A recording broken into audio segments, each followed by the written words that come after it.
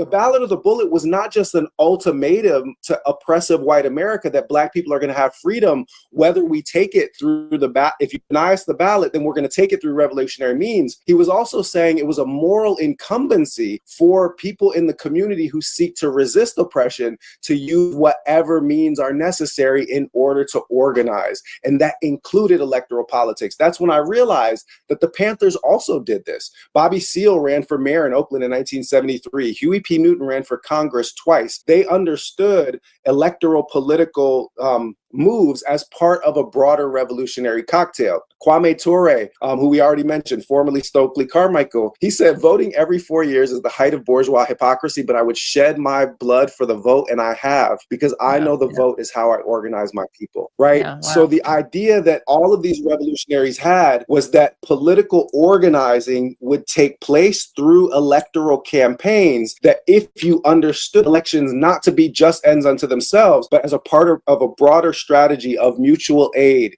community care, those hot breakfast programs that the Panthers ran, the medical clinics, if you understood it as something that's meant to go in concert with direct action, with labor action, with strike actions, with boycott, that you could make fundamental change if you tether those together. So the short answer to the question is, once I was tagged into an electoral political fight at the highest level running for the White House, it became obvious to me that the next step in order to building a genuine opposition party in this country was to build at a local level in my state. And understanding that Gavin was termed out and that the Democrat field was very weak and vulnerable, it has been a great opportunity to put into practice in the most populous and wealthy state in the union, but also the one that has the greatest wealth inequality, these principles of liberation politics. So we've been, building that in the state of California since I launched the campaign in February. And the result, I hope, is that we are going to turn the Green Party into an actual revolutionary political party that is capable on delivering,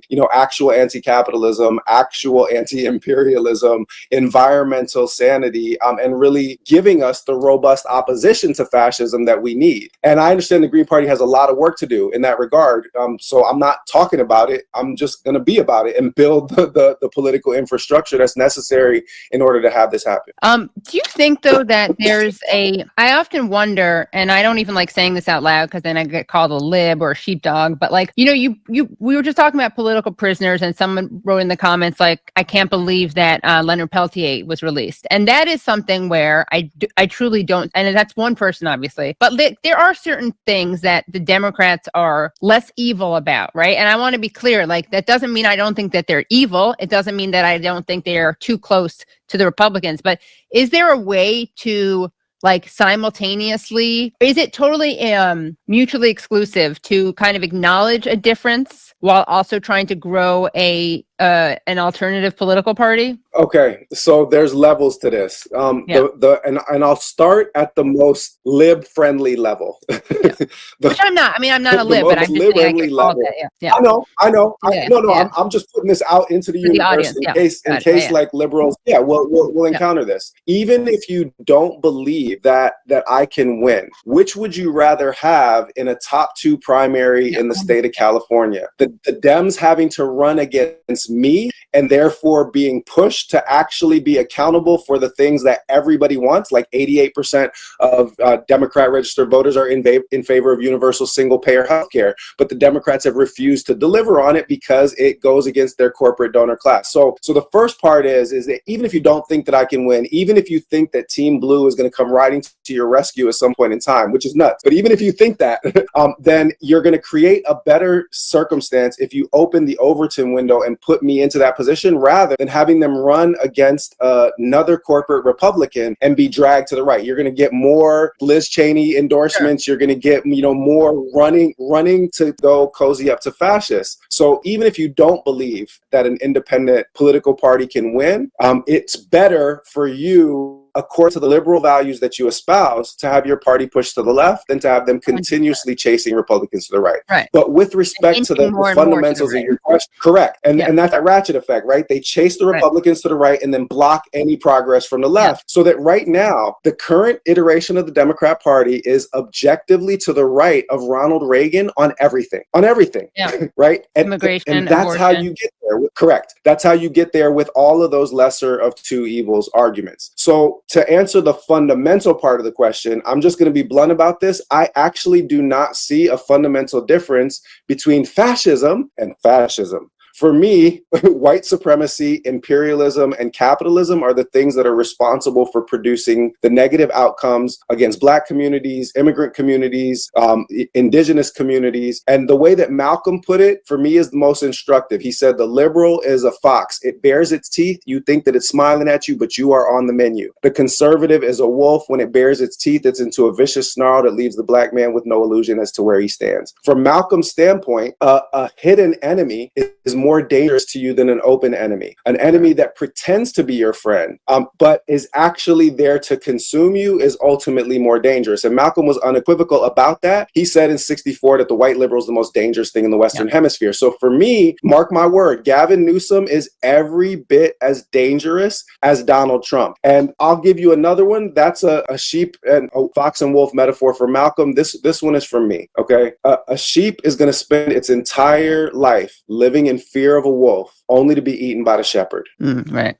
What do I mean by that? Right. The Democrats are going to be fear-mongering always about the danger that's out there in order to keep you close, because you are being led to the slaughter. And time again, even measured against the things that they claim to espouse. Like, how did they do in guaranteeing women's reproductive rights? Do we still have those? Or did they play games with those and allow those to slip? Do we still have DEI? Do we still have affirmative action? Give me one thing that the Democrats said that they were going to do for our communities that we still have. Like, I have to go back to like the 65 Voting Rights Act before I can find something tangible and concrete that they have actually delivered and held. So for me, we actually just need an alternative that is not part of that corporate power structure, because ultimately, however they might express politically, if you draw a Venn diagram of the donors to the Republican and Democrat parties, you're going to be staring essentially at a single circle. They almost completely overlap. So for me, the key is to develop an actual resistance to the corporate duopoly, and that's what we're running for. Yeah. I'm sorry to interject, but I just wanted to, before you got further past it, to show everyone, to your point, Dr. Ware, what you had said about the Venn diagram. This was the best I could come up with, but it's perfect from 2007 to 2017 donors from the Fortune 500, and you can see this list here. But I think that the summary here, where you see the cumulative here, it's almost 50-50. It would appear to me, and but then also just what you had said right there about the militarism from Democrats. I had the thought that Katie had said a little bit ago about the Democrats kind of facilitating a further shift to the left. That, from my perspective, when if the GOP or whatever is warmongering this, that, and the other thing, well, then the Democrats would have two options. One, to pull back against that with equal or greater force. But it seems like they've taken the option of either trying to find a middle ground with fascists, or to get into a contest of, no, we're actually just as warmongery or whatever. And that then allows them to move even further to the right. And you actually need to go even further the other way if you want a chance of, not doing that. Anyway, I just wanted to show everyone that image. Well, I can't possibly express enough gratitude for you finding the footnotes for my point in real time. That's just that's extraordinary work. And as a professor that's published academic books with up to 1,000 footnotes in it, mad respect and love, for tracking that down. But that's exactly the point. And if I could drive this home for the audience, it's a very simple point. Who funds you runs you. That's it. Yes. The old way of saying it was, the one that pays the piper calls the tune. And since I'm in my office with a lot of African history books on the shelf, it was Julius Nyerere, first president of Tanzania, that said, of course the United States is a single party state, but with classic American extravagance, they have two of them. Right. The idea is straightforward, is that only if you're outside of the system do you perceive them as separate. And you know what's really revealing this in a perverse way is the Epstein files, right? The Epstein files show that this, elite ruling class across Democrat and Republican divides literally lives in a world without laws, without rules, where they can violate every single basic, rule of human interaction, up to and including supporting the violation of children because they are so secure that their wealth and control over institutions will protect them. And it's showing to people wherever they might be on the ideological spectrum that this ruling class has nothing in common with us. They exist to reproduce themselves as a ruling class, and it doesn't matter whether they're wearing a blue jersey or a red jersey. You know, when the CEO of BlackRock before the election said that from their standpoint it didn't make a difference whether Kamala or Trump won, that should have ended both campaigns. That literally should have ended both campaigns. So and then dig deeper into what's actually in the hearts of your average American voter. So 63% of registered American voters say that these two parties do such a, quote, poor job at, that we need an independent third party. And yet both sides get gaslit into, to affirming the status quo for years, right? Yeah. So in the end, what I'm hoping to be able to do, and what we've been very successful in doing so far, is just making an appeal that isn't about the culture war, that's just about basic 80, 20, 70, 30 issues in the state of California. Hey, I've got an idea. None of your tax dollars should be used to incinerate children in Palestine. What do you guys think about that? That's an 80-20 issue in the state of California, right? Hey, I've got this crazy idea. I don't think that anyone should go into bankruptcy because of a cancer diagnosis, and I don't think that 30 cents on every healthcare dollar should go to middlemen insurance companies whose job it is to deny you care. What do you guys think? That's an 80-20 issue in the state of California. And when you start to actually look at what is motivating voters, irrespective of those ideological divides, you realize that what you actually have is two far right parties. And the policy positions that are being denounced as socialist are not extreme positions. They're not even left positions, because if you're in an 80-20 issue or a 70-30 issue, you're not to the left or right of anything. You're right in the middle of what the electorate wants. So while we have a lot of work to do to break through the cone of silence that is usually put around Green Party candidates, we've had the advantage of the fact that I got almost 1 million votes for the White House. So we've been able to participate in all of the major candidate forums.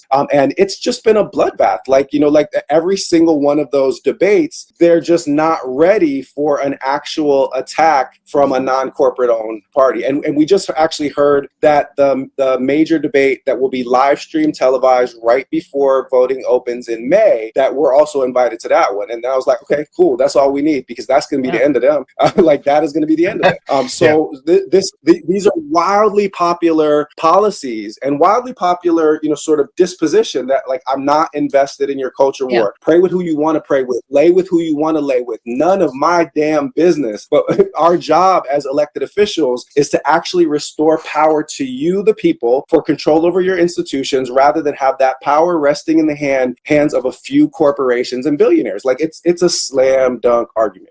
2 questions, and then I'll excuse myself again. I really appreciate you taking the time.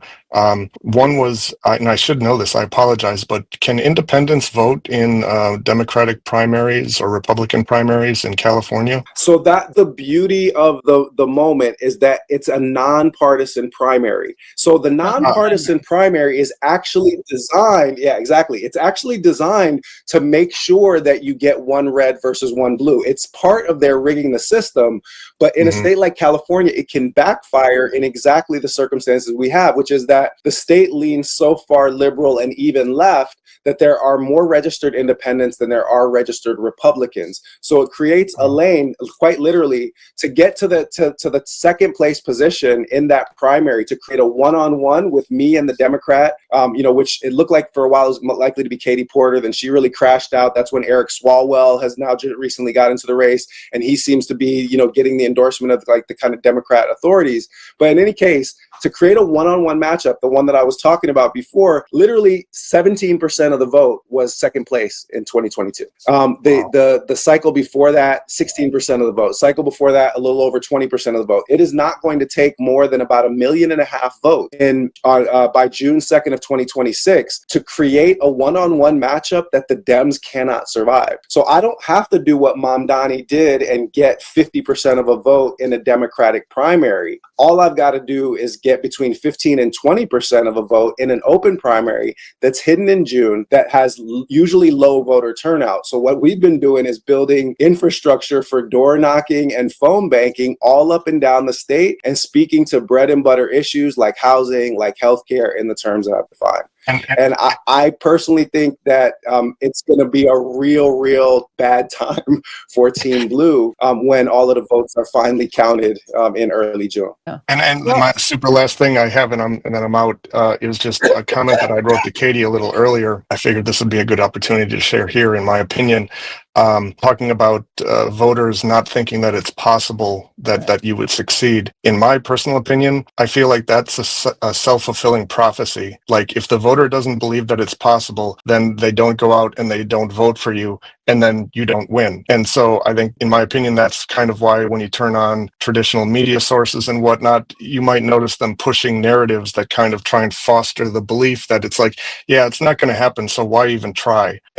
But that belief that if you believe it, this is possible, that's what's necessary for people to believe it. And if they do that, I mean, we could have whatever reality we wanted. You're speaking my language. And since Malcolm is looking over my shoulder, and I'll just quote Malcolm. Malcolm said, "We are not outnumbered, we're only out-organized." And then he said, "Never let your enemy tell you how many of you there are."